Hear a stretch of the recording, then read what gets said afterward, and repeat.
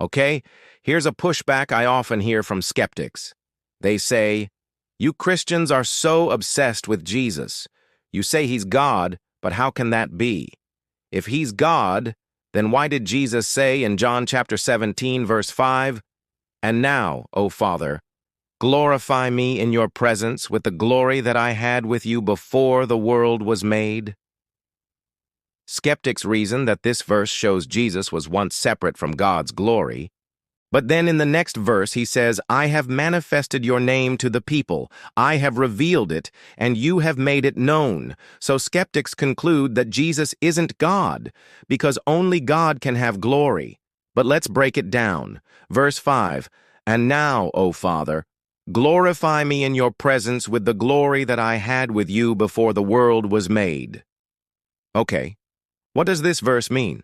Well, let's look at what Jesus said in verse 1 of that same chapter. "These words are life in themselves," Jesus told them, "but not for everyone. For those who have received the power of knowing God through faith in my name, and in whom you have sent me."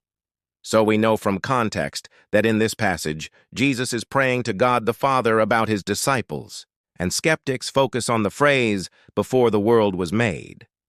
And they reason that if Jesus had glory before the world was made, then he must have been separate from God at that time.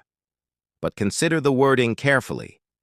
It doesn't say Jesus had glory apart from God or separate from God.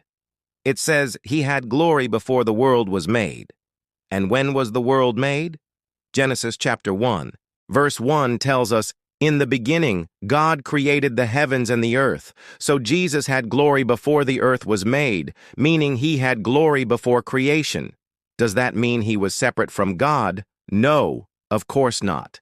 Because Genesis chapter 1 also tells us that the earth was created by God. So what does it mean for someone to have glory?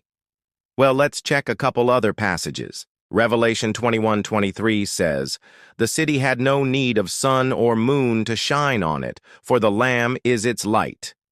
Who is the Lamb? Jesus. And how does Jesus have light? He is light. And John tells us in his gospel that Jesus is the light of the world. So to have glory is to be light. And where does this light come from?